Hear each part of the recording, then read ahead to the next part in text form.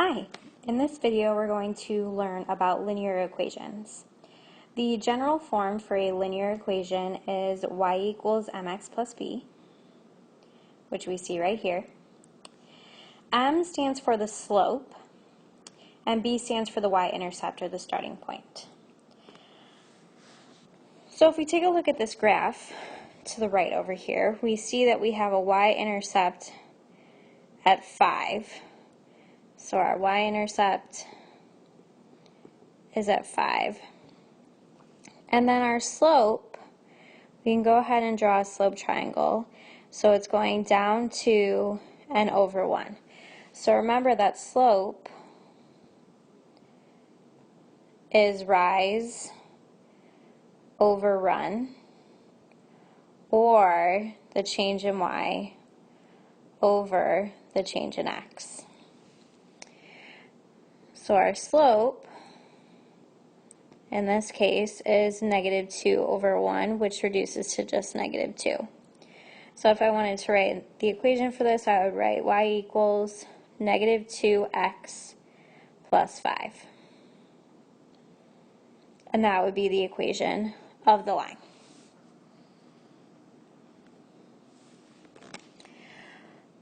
So what we can also do is take a look at the linear equation of a table.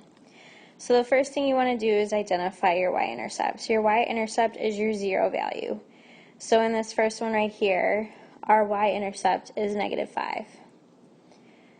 Because again, it's our starting value, it's our 0 term. Then what you want to see, remember we talked about on the previous slide that slope is the change in y over the change in x. So I'm going from 5 to negative 3.5. So what I'm doing is I'm adding 1.5. And I go from negative 3.5 to negative 2, so I add another 1.5. And my x values are just increasing by 1. So my slope, because it's a change in y over change in x, my y values are changing by 1.5, and my x values are changing by 1, so my slope is 1.5. So if I wanted to write the equation for this, I would write y equals negative 1.5x minus 5. And that would be the equation of my table. If we take a look at this other table, we identify our y-intercept, which is our 0 term. So our y-intercept is 0. And then what we want to do is determine what our slope is. So the y value is increasing by 6, and my x value is increasing by 2. So my slope, remember, is change in y over change in x. So my y values are changing by 6. My x values are changing by 2. 6 over 2 reduces to 3. So my slope is 3. If I wanted to write the equation, I could write y equals 3x plus 0. Or if you just wrote y equals 3x, both of these would work.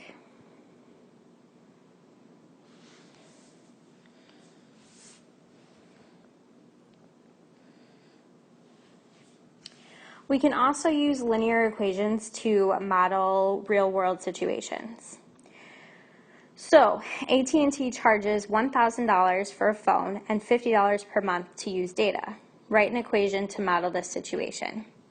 So what we need to do is identify the parts of this word problem that are the parts of our linear equation, our slope and our y-intercept. So when you buy a phone, there's an upfront fee of $1,000. That's the starting price.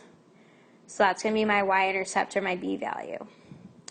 Anytime you're being charged over and over again for something, or something's occurring over and over again, that's going to be your slope. So this $50 right here is going to be my m. Therefore, the equation is y equals 50x plus $1,000. Because again, you just have to pay the upfront fee of $1,000, but you're being charged $50 per month. So $50 is the recurring charge, or the slope. For the second one, Alyssa brings $500 with her on vacation. Each day she spends $80. Write an equation to model this situation. So again, her starting value is $500. That's our B value. Because remember, the y-intercept represents the starting value. And we know that she spends 80 of those dollars. So that's going to be my m. So I'm going to write y equals, but because she's spending money, she's losing money from that 500, I'm going to write y equals negative 80x plus 500. Because she starts with 500, but she's losing money each time, so it's decreasing. The last thing we want to be able to do is write the equational line when we are given 2 points that are on that line. So it says find the equation of the line that passes through -3, 7 and 6, -5. So the first thing we want to do is we want to find our slope. And remember, our slope is change in y over change in x. So I have xy and xy. So what I'm going to do is I'm going to take my y values and I'm going to subtract them. So I'm going to take 7 minus -5. Those are my two y values over -3 minus 6. So what's going to happen on the top of this is this double negative right here, this actually becomes a plus. So 7 plus 5 is 12. -3 minus 6 is -9. So if I reduce this fraction, I get 4 over -3. So that's my slope. So I can go ahead and plug that in to my equation. But I still don't know my y-intercept.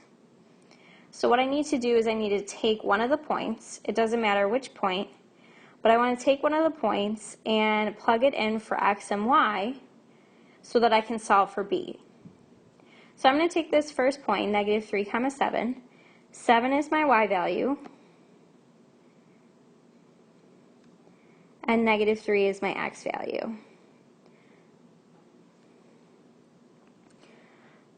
So what's going to happen is I have a 3 on top and a 3 on bottom, so I'm actually going to be able to cancel these out. But I'm still going to have a double negative, so that's going to make the 4 positive, plus b. Then I'm going to subtract 4 from both sides, so I get b equals 3. Therefore, my equation is y equals 4 over -3 x plus 3.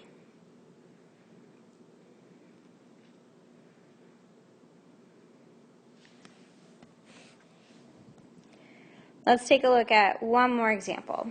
Find the equation of the line that passes through 1, 6 and 3, -4. So again, my slope is change in y over change in x, xy, xy. So we have 6 minus -4 over 1 minus 3. So again, this double negative right here becomes plus. So I get 10 over 1 minus 3 is -2. 10 over negative 2 reduces to negative 5.